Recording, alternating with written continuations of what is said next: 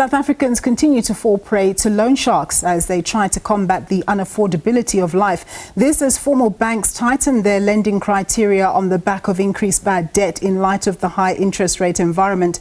And in the meantime, a local microfinance outfit is warning consumers to be vigilant when it comes to the marketing of loans on social media. Rogue players out there purport to be formal lenders online when they're not. Atlas Finance notes that it's had to request Facebook to remove several websites claiming to be them. Well, for more on this issue, I'm joined by Danny Mofsowitz. She's a marketing director at Atlas Finance. Thank you so much, Danny, for joining us. So with the mushrooming of these fake websites purporting to be micro-lenders, what are the implications of this? Thank you so much for having me.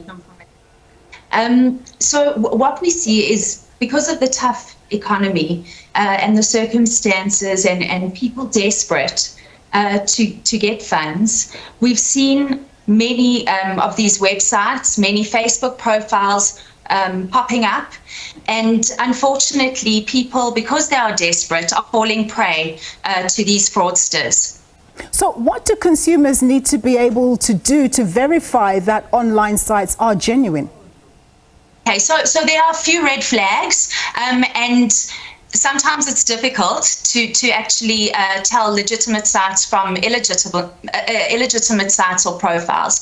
But mainly the red flags are the Facebook pages that are illegitimate have very few followers.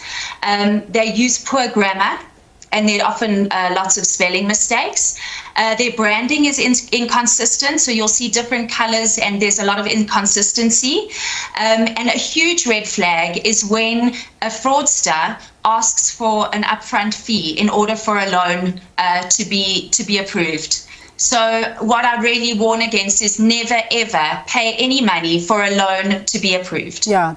So there's a lot of regulation for formal lenders in the market, but is there more that you think could be done to arrest the growth of the rogues that we're talking about?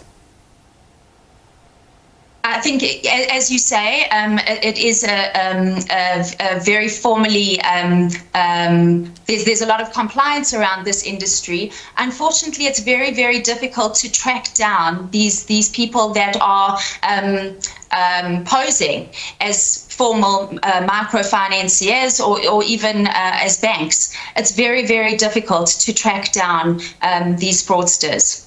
So it's certainly safer to go with financiers who are regulated formally, as one can get recourse, of course. So just tell us a little bit about the work that you do in the market and what sort of interest rates do you charge for small loans and over what term?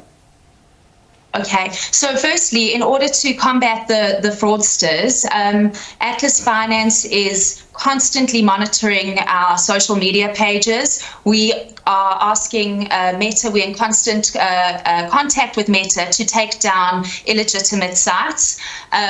Where we find an illegitimate site, we will go on and we will comment as the regulated and legitimate Atlas Finance credit provider that the page is illegitimate and that people must not fall prey to it.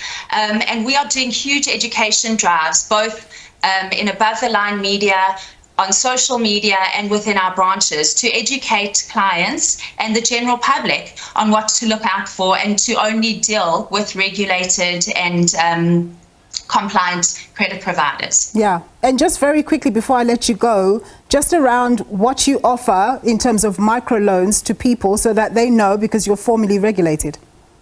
Yes. So in accordance to our band of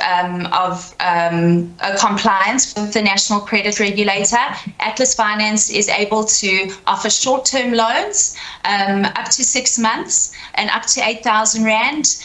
And there are different bands within the National Credit Regulator, but that's also a telltale sign where you see fraudsters who are offering really huge loans of R1 million or 500,000 Rand. And that obviously, people are tempted to take those large amounts of money. Yeah. So that's also something to be wary of. Thank you so much for those warnings. Danny Mofsowitz, the Marketing Director at Atlas Finance.